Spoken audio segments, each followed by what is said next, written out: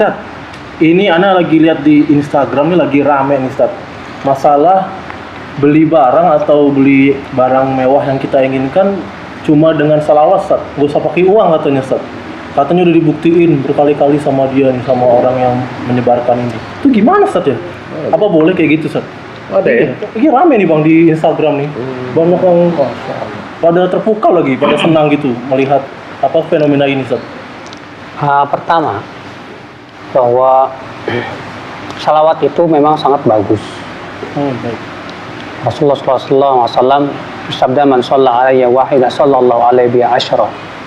Siapa yang berselawat kepadaku, Allah akan berselawat untuknya 10 kali. Masya Allah ya. Ada seorang sahabat berkata, ya Rasulullah, aku akan jadikan seluruh doaku isinya sholawat untuk berselawat kepada engkau. Kata Rasulullah, idzan tukfaham muka wa yukfar dzambuka. Kalau begitu akan cukupi keinginanmu dan akan diampuni dosamu. Berarti kalau kita banyak bersalawat, memang betul dia membuka pintu rezeki. Betul ya, betul ya.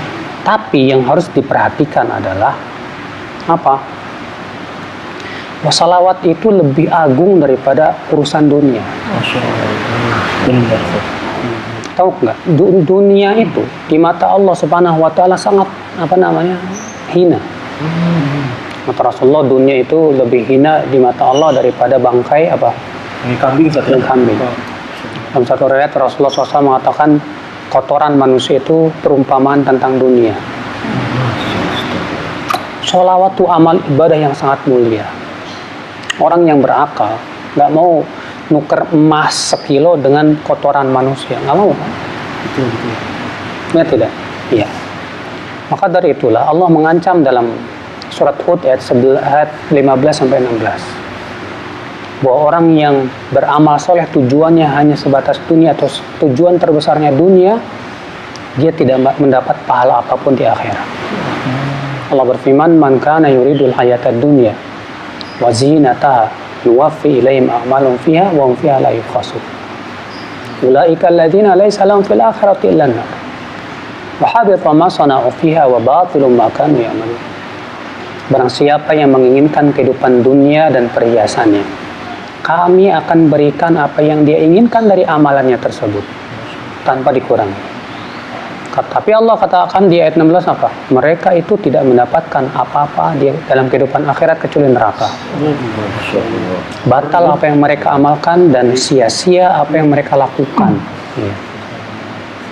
Oleh karena itu Imam Suyuti dalam Al-Ashbah wan Nadhair mengatakan, orang yang haji niatnya 2, karena Allah dan karena dunia.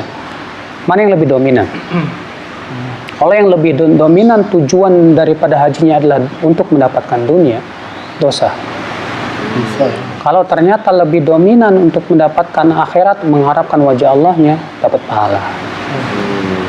Tapi kalau ternyata niat dunia dengan dunia, niat karena Allahnya 50-50, sama kuatnya, kata Imam Suyuti, tasaqata, saling berjatuhan, tidak dapat pahala, tidak dapat dosa. Sia-sia berarti Ustaz ya. Tapi Ustaz, bukankah kita berdoa boleh minta dunia Ustaz? Nah, di sini banyak orang nggak paham. Kita sedang membahas tentang maksud tujuan dari ibadah. Kalau berdoa, memang berdoa tempatnya minta, Bang. Kalau berdoa tempatnya minta, ya Allah berikan aku iPhone X misalnya. Betul. Ya Allah berikan saya istri solehat misalnya. Silakan. Tapi ini berhubungan dengan masalah niat kita ibadah buat apa tujuannya. Contoh misalnya, saya mau sholat tahajud apa niat kamu, tujuan kamu yang terbesar di hati kamu? Biar rezeki saya lancar. Nah, berarti kan niat ibadahnya itu karena dunia. Ada orang mau sholat duha, tujuannya apa? Biar rezeki saya lancar. Nah, berarti dia niat tujuannya apa? Dari amal soleh itu, dunia. Betul. Kalau berdoa, doa itu sendiri sudah ibadah. Kalau niat kita, tujuan kita berdoa untuk minta kepada Allah dunia, boleh. Kenapa? Karena memang doa itu isinya minta. Doa isinya minta kepada Allah, ya Allah, ya Allah, ya Allah. Tapi ketika kita mau ibadah berdoa, usahakan ikhlas karena Allah. Dan bahkan juga dalam Al-Quran surat Al-Baqarah Allah mencela orang yang berdoa isinya 100% dunia. Allah berfirman, "Faminan nasi may yaqulu rabbana atina fid dunya wa ma lahu fil akhirati min khalaq." Di antara manusia ada yang berdoa, "Wahai Rabb kami, berikan kami dunia." Sementara akhirat tidak ada bagian dalam doanya, kata Allah. Kata ya Imam Abu Ja'far At-Tabari, ini celaan buat orang-orang musyrikin Quraisy. Di mana mereka setelah ibadah haji mereka berdoa dan isinya hanya minta dunia saja. Lalu kemudian Allah menyebutkan di ayat setelahnya apa? "Wa minhum may yaqulu rabbana atina fid dunya hasanah wa fil akhirati hasanah wa qina adzabannar." Nah, Allah memuji yang kedua. Dia minta dua, dunia dan Akhirat ya. Jika kalau misalnya ada orang berkata, ayo kalau mau mobil salawatin, Iya, berarti tujuan salawatnya apa di situ? Untuk dunia berarti. Dunia. Dapat pahala tidak? Karena kalau ternyata tujuan yang paling dominan dalam niatnya itu adalah dunia, tidak dapat pahala bahkan dapat dosa. Nah ini bahaya. Begitu. Terus Ustadz, salawat yang bagus itu seperti apa Ustadz? Pertama, bersolawat tentunya harus sesuai dengan tuntunan Rasulullah SAW. Ada sahabat yang bertanya kepada Rasulullah, "Ya Rasulullah, kami sudah mengetahui bagaimana mengucapkan salam kepada engkau. Lalu bagaimana bersalawat kepada engkau?" Sahabat saja yang jago bahasa Arabnya tidak berani membuat syair dan mengubah syair tentang salawat.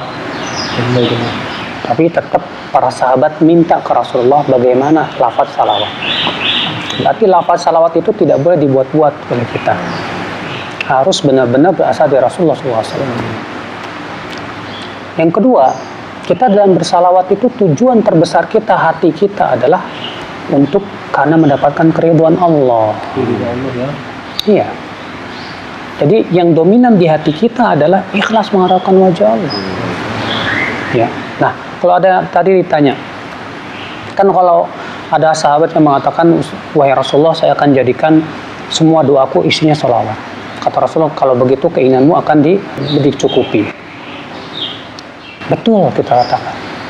Nah, sekarang pertanyaan saya adalah, kalau kita sholawatnya 100% ikhlas, kira-kira tetap nggak diberikan janji tadi? Pasti diberikan. Iya kan? Iya. Sama dengan misalnya kata Rasulullah, siapa yang ingin dipanjangkan umurnya dan dipanjangkan rezekinya, hendaklah silaturahim. Ini kan janji. Iya. Kalau antum silaturahimnya 100% karena Allah, tidak mengharapkan dua tadi, tetap nggak dikasih dua tadi? Pasti Tetap dikasih kayak kan? Jadi buat apa harus diniatkan segala itu? Kita hanya ditugaskan untuk ikhlas. Adapun Allah itu sudah janjinya untuk melaksanakan. Makanya kalau ada orang yang bersalawat tujuannya dunia itu yang terbesar di hati dia. Seakan-akan dia motivasi terbesar dia untuk bersalawat adalah dunia.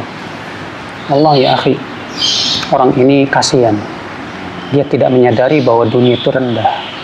Dan salawat itu sangat mulia di sisi Allah Subhanahu wa taala. Bukannya kita tidak boleh minta dunia, sekali lagi minta dunia itu isinya apa? Tempatnya di dalam berdoa. Silakan. Nah, adapun kemudian kapan kita bersalawat? Nah, ini itu sangat dianjurkan sekali kita bersalawat setiap waktu ya. Setiap waktu ya. Iya, terutama di hari Jumat dan di malam Jumat. Rasulullah SAW sabda, "Aktsiru minas salati alayya," perbanyaklah bersalawat kepadaku yaumal jum'ah wa lailatul jum'ah, hari Jumat dan di malam Jumat. Yang kedua, sangat dianjurkan salawat sebelum berdoa. Sebagaimana dalam riwayat Tirmidzi, Rasulullah melihat ada orang yang berdoa tanpa memuji Allah, tanpa salawat. Maka Rasulullah bersabda, orang ini tergesa-gesa. Kemudian Rasulullah menegur dan menasihati supaya dia memuji Allah dulu dan bersalawat. Yang ketiga, ketika hendak masuk masjid dan keluar masjid. Kemudian juga ikhwatul Islam, salawat itu sangat ditekankan, bahkan hukum wajibnya ketika mendengar nama Rasulullah. Makanya Rasulullah SAW sabda, "Al-bakhilu man dzukirtu indahu falam yusalli alaihi." Orang bakhil adalah orang yang disebutkan aku di sisinya tapi tidak bersalawat kepada aku. Ya, terus Rasulullah mengatakan dia bakhil.